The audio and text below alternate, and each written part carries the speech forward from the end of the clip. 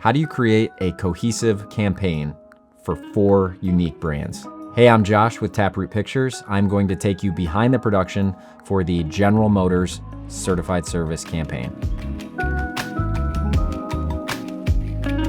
All the dealerships who have certified service from General Motors, including Chevrolet, Cadillac, Buick, and GMC, are responsible for getting people in to utilize those services. And the advertising that went behind it for this specific campaign was 4 30-second spots, 1 for each brand. The creative team at the agency MRM out of Detroit was amazing, an awesome team to work with, incredibly collaborative, and delivered beautiful boards and copy and everything we needed to be successful. And I remember the first thing we were like, oh, we're reading through this and it sounds like some of this could be even in like POV, like you start in POV, but then like it kind of does whatever. And then we got on a call with them and chatted and they were like, oh no, the whole thing is in POV. I know Josh and I were really intrigued by the idea. And then the more I spent time thinking about what it could look like, I got more excited about it. And remember, it's a brand campaign, so we're creating a visual language that is established for each brand, and each of those needs to have some common thread. And where they found an efficiency was an ending shot that really broke the POV and got you back into this third person point of view. That was the whole pitch to the agency, was like, this shouldn't feel like a gimmick. Like this, we should lean into the idea of making this as immersive as possible in the way that a real life everyday moment is. So like really heavy sound design, really cool intuitive like transitions. And then when you break the POV in particular, that's got to be a moment that's like really special. And it can't just be a hard cut, suddenly you see the person. Like we really wanted to bring people into that and design these moments that were like you're in POV and then suddenly the camera rips out and now you're not. Early on in the process, I'd identified Nick Allen, a cinematographer that I work with all the time. I was like, oh, he's the perfect person to do this. Like he's really ambitious with the camera and loves to do interesting things with it, put it in interesting positions. And I knew he'd worked with the Ronin 4D. And so when we chatted, he was like, yeah, that's the way to go for this. Because it's small and it can detach itself from its body. So you could like mount just the tiny little bit of the head and the lens. And it's light enough to not be cumbersome when we're attaching it to people. It's small enough to not like obscure their field of view, because then you had to worry about safety and like people actually driving with this thing on. Aesthetically, there's only so much you can do to change POV. Like the biggest things that you can control are what car you're in, and then like all the little details of like who's the talent in each shot, because it's not usually the driver, it's just their hands, and then locations, right? Like where we were going to put these cars and like what their backdrop was, because we did everything practically. We went to a bazillion different locations in and around Detroit. And so that was a big piece of the puzzle, was like figuring out, hey, what's the right coffee shop that Chevy is going to approve?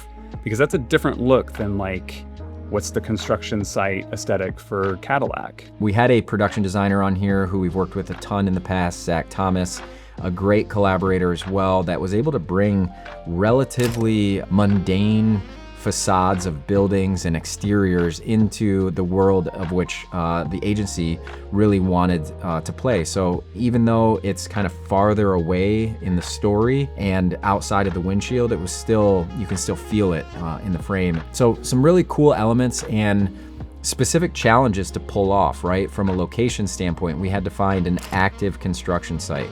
We needed to find buildings downtown that we could actually turn into the building of a restaurant. We had to find apartment buildings or places that looked like apartment buildings, but wide enough for a production footprint, right? Dan, our location manager, was amazing and was incredibly resourceful in finding us just a ton of different looks, but also being realistic and helping us kind of pair what could go where. But that was a big part of the Tetris game. Then you have time of day, you know, and then you have continuity of like, well, the moment where you break the POV here, if it's at dusk, that means when you go back and shoot running footage, that's also got to be at dusk. So it was a wild puzzle, and massive props to Brian, Annie, Patrick, and all of them for helping us kind of figure out and play that puzzle. The folks at Cutter Studios, our friends, have done an amazing job at post. We handed off the footage and they have just been crushing it from a post perspective. Super excited to see this out in the wild. They've created all 4 spots. There's cut downs as part of it too. And just like the whole process has been smooth. Knowing the folks at Cutters and like understanding where their heart is at too is really important, because they're making it the best it can possibly be from the production and prep that we did. And it's just been such a great opportunity to see that process unfold. And now the campaign has actually been picked up for some national broadcast, which is very exciting. Anytime you get a chance to have your work that was scoped initially for web digital and push that to the national level speaks volumes to the entire team, from your agency to your prep and production teams to your post teams. So just super thankful and grateful to have that opportunity. From like a big picture standpoint, directing wise, I love to go into stuff and like walk away with an amazing experience, not just for me, but for like everyone else around me. I think we're incredibly lucky to get to do what we do and to go create. And to, especially in the advertising side, the fact that you have a brand, they have really specific needs that you're trying to meet.